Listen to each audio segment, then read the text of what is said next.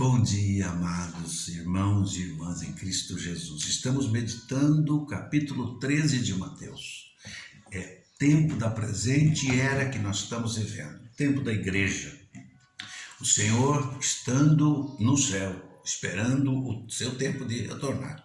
O reino de Deus teria essa forma, teria essa direção, teria esses acontecimentos que estão em Mateus capítulo 3. Diz lá a primeira parábola do capítulo 13 de Mateus: saiu o semeador a semear.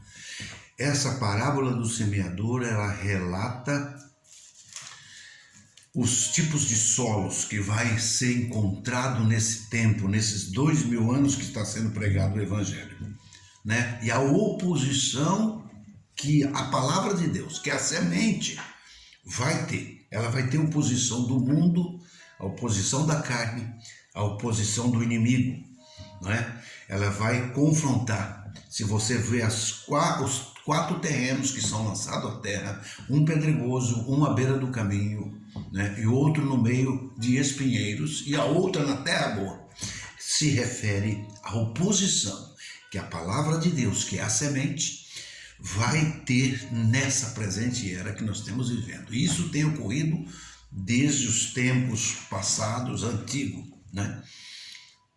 Então, durante todo esse tempo, durante toda essa semeadura, ainda diz lá, ela teria uma recepção decrescente, porque cada semente produziria por 100, produziria por 60, produziria por 30 por 1. Veja que com o passar dos séculos vai haver uma recepção menor, cada vez mais, da palavra de Deus, não é? Então, querido, essa presente era é caracterizada pela semeadura da palavra, né? A segunda parábola fala do trigo e do joio. O que o trigo e o joio faz? São parecidos, são iguais, né? A verdadeira semente será imitada por uma falsa.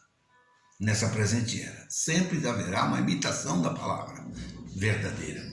Haverá um desenvolvimento paralelo entre o que é bom e entre o que é mal, em consequência das semeaduras, né? Porque diz a parábola, um inimigo semeou uma má semente no campo. E é isso, meu. O inimigo, durante essa era, está semeando também a sua semente maligna. Então, termina essa parábola do trigo e joio dizendo, olha, no fim, será feita a separação do que é bom e do que é mal, né? No fim das coisas. Eles perguntam, Senhor, não é bom que arranquemos o joio? Eu falo, não, deixa crescer junto, até o fim. E no fim, então, será tirado o joio e deixado o que é bom, né? Então o bom será recebido, querido, aquilo que é bom será recebido no governo milenar. O mal será excluído quando o Senhor descer no Monte das Oliveiras. Ele vai tirar o que é mal, vai fazer um juízo. Nós lemos ali na parábola das ovelhas e dos bodes, as ovelhas à direita, os bodes à esquerda, e eles fazem uma separação nesse mundo daqueles que não devem entrar no milênio. Essa parábola nos fala disso, e no fim terá um julgamento.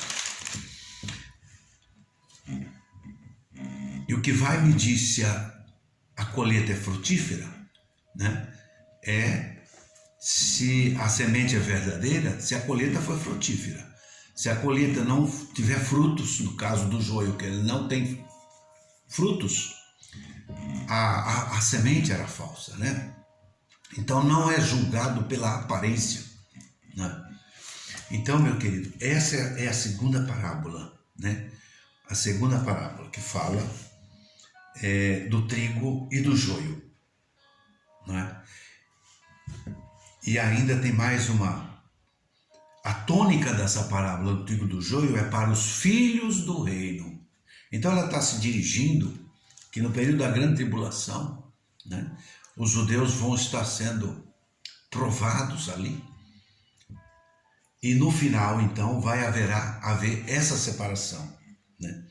Então, essa semeadura do trigo e do joio está falando principalmente para o povo de Israel, no período tribulacional, né? Nós nos lembramos de Mateus 24:14, que diz assim, e o evangelho do reino será pregado em toda a terra.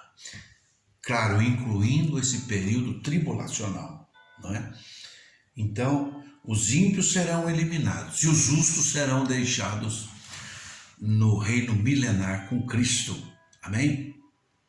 Porque a igreja jamais ela é julgada para ver se ela entra na glória ou não entra. Não é? A igreja ela vai chegar um momento que ela será arrebatada. Então, essa parábola está mais diretamente apontando para Israel, como a primeira apontando para a igreja, que é o semeador.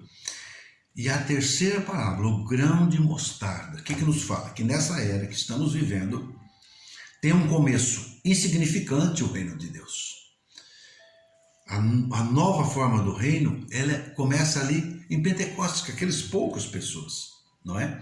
Mas como esse grão de mostarda, uma mostarda, ela, num ano ela atinge 6 a 7 metros de altura, a sua planta, assim é o reino de Deus. Ele começa insignificante, começa pequeno, mas ele, uma vez introduzido, ele vai crescer, vai ter grandes proporções, né?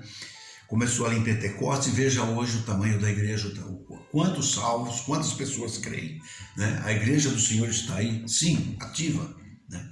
Isso fala então que nessa era do grão de mostarda está apontando como se desenvolveria o reino de Deus nesse período. Amém? Vamos meditar no próximo vídeo as próximas parábolas. Amém?